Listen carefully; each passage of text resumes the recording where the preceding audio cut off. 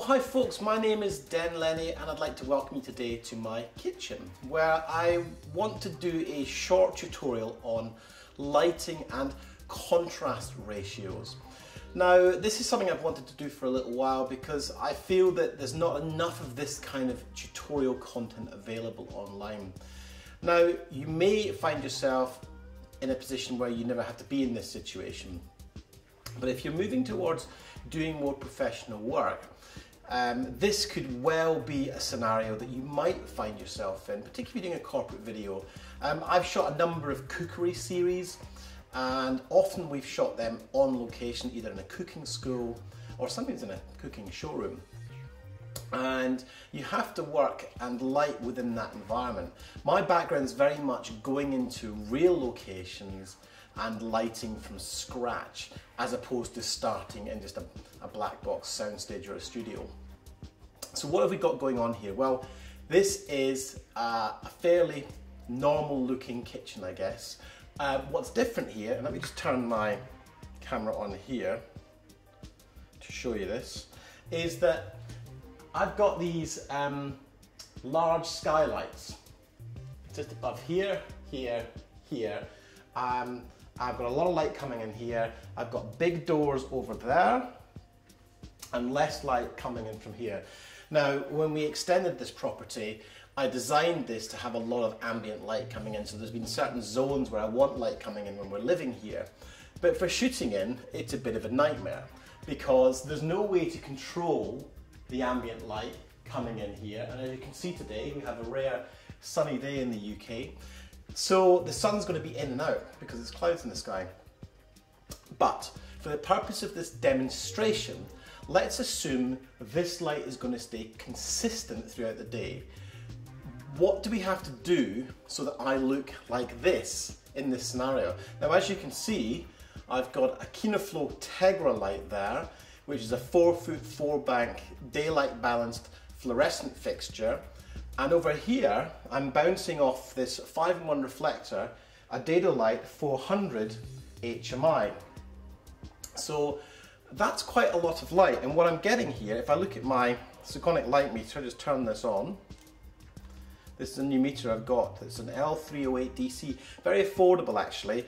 And light meters, I've been asked a lot about light meters. I haven't used them a lot in the past, but I find when I'm coming into these environments, I really do like to use them, and there's a reason for that. I want to shoot this at f8, which is quite a small aperture. And in order to do that, I need to get a lot of extra light into the scenario. If I just read, there we go. I just read that there, show you that. I'm just trying to read the ambient light. F6.3 is what I'm getting on this area here. Now, what am I getting down here? 5.6. So between 5.6 and 6.3 is the ambient light being created by these lights here, coming in from the daylight. Now, let's look at what I'm getting off this light. F9 from this light and F9 from this light. So I'm getting nearly 3 stops difference in light onto my face at f9 than the background, which is at f5.6, f6.3. The camera lens is set to f8 because that's the exposure I want to work at. So what I want to do now is just show you what this scene looks like with no lights on. So let's just turn off the HMI and let's turn off the Tegra light and just look at the difference. It's quite staggering actually how much less light there actually is. If I read this again without any lights on, yeah, f5.6. So f5 to f5.6 is the ambient light in the room. Now if I set the camera to expose for f5.6, then what would happen is all of the ambient light in the room would blow out and I would clip my highlights. Now at the minute, if you can see there on the histogram, I'm not clipping any lighting whatsoever. Now clipping is the point at which your whites blow out into oblivion. I wouldn't mind so much if the areas here clipped out because it's not necessarily really sort of important information in the scene. But what you want to do is see me. So the first thing I do is turn on this light here. And let me tell you a bit about this light. This is the new Kinoflow Tegra light. And this is, I guess it's essentially a 4'4" bank, but instead of the ballast being on the floor, the ballast is built into the light fixture, which means you can control it very simply by turning this on here like so. Each of the tubes is, let me make sure I can see this, each of the tubes is controllable independently. So you can have 1 tube on, 2 tubes on, 3 tubes on, and 4 tubes on. And let me just do that again. You can see what a difference that makes. A single tube, second tube, third, and fourth. The Kinoflow Tegra is a fantastic light. It's very much, well, as I said before, it's very similar to the Kinoflow 4'4" bank, and that really is a really powerful ambient light fill, if you like, and it's a very versatile light. If you're going to buy one Kinoflow light and you have the space, a 4'4" bank or a Tegra really is a great way to go, because you can cut the light back and make it smaller by using black wrap or just blacking off the edges. But in this situation alone, it gives me a nice key, but it's still not giving me quite enough light to give the scene the look that I want. So if I check the ambient light there, it's f7.1. Now, my camera lens is set to f8, the background is f5.6, the key light is f7.1, and I'm still about a stop underexposed. So what we need to do is bring either this light closer, which, you know, to be honest, it's already about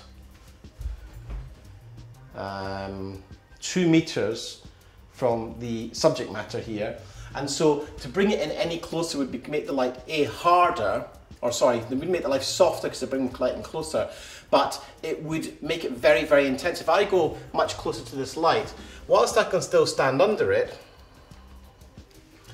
it's becoming a little bit uncomfortable, and what I want to do is maintain the comfort levels for my talent. And also, I want to maintain a reasonable working area. I'm working on a 21mm CP.2 there on this, and an f8 on the FS100. So that's giving me about a 35-36mm effective focal length because of the crop sensor. It's Super 35mm, and that's a full frame lens. The next light I'm going to use is the Dedolight 400D. Let me just walk you through this. This actually works using what's called a ballast, and this steps up the power in order to ignite the gas that sits inside the bulb inside this lens. It's got the same Dedolight lens as you'd expect, dual concentric lenses, so it helps to really focus the light. So this 400 watts of power is giving you more like a 1.2 HMI of output. So it's a very, very small fixture, highly controllable, gives a lot of output. So let's just crank this up. Now what you'll find with an HMI is when you first switch it on, you'll notice it changes color because it takes a few minutes for the gas to sort of get up to temperature and give you that pure 5,600 Kelvin light source. So as I'm waiting for that to happen, this is just a really simple way of achieving a balance in light. So let's just look at the numbers again.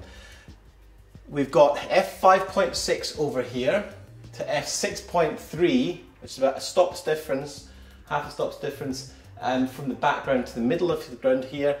I want to get up to f8 or above so that my exposure, which I've set to f8 on the lens, actually looks right. I want to protect my highlights and avoid clipping. So if we do that, we're getting f8 off this light, f9 off this light. So that's giving us a half a stop's difference between a key light and a fill light. Now I hope this is making sense to you. The main thing to sort of bear in mind here is that in order to balance the light, we need to bring more light into the scene, because as we saw previously, when it's not lit, it looks completely dark. Now, what I'm aiming for here is a fairly natural looking scene, and we can achieve that using these two sets of tools. The Tegra light is a very versatile light. If I found that this was giving me too much light, I could choose to dim the light down. I'll show you that here. It's got a built-in dimmer, which means you can bring the light right down, have lots of control, and that's what you're looking for, is you want lots of control. And then the other way to control the light would be to use this baffle. And how this works, if I can show you, is it's got all these little honeycombs in it, and it helps to control the light. So if I look at that there, let me just put this down for a second and put this baffle on.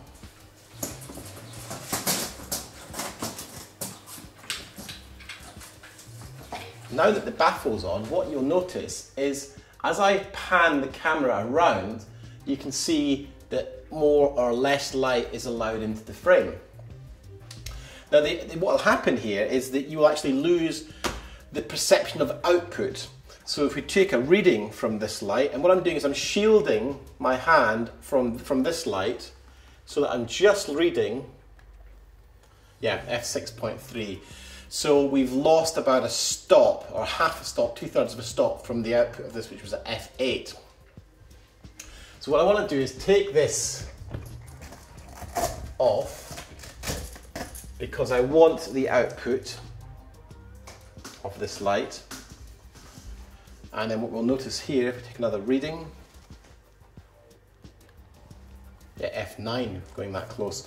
So what we've got here is between f8 and f9 from this light source, f9 from this light source, and the background was at f5.6. Now what you will notice is, because this light is bouncing light to this area here, you're actually going to be filling some of this area here also with that light.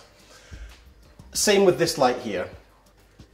We're sort of filling not just me, but the ambient area as well.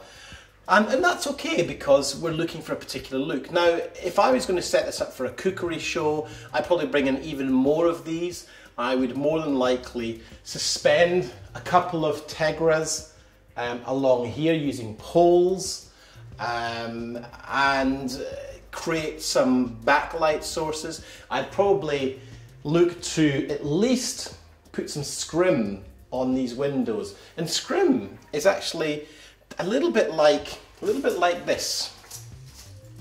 If you imagine that up there, imagine that much tighter, like a fabric, then you would reduce the amount of light without affecting the color of the light, because we want to maintain color accuracy. Let's just talk about that for 1 second.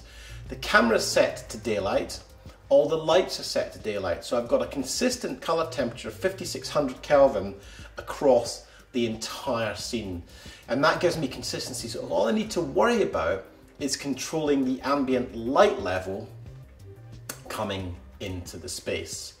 So a very simple way of achieving this look is in this form, where I've got a bounced light source with the 400 watt dado, creating f9 on exposure on my face, and the Tegra giving me f8 as well.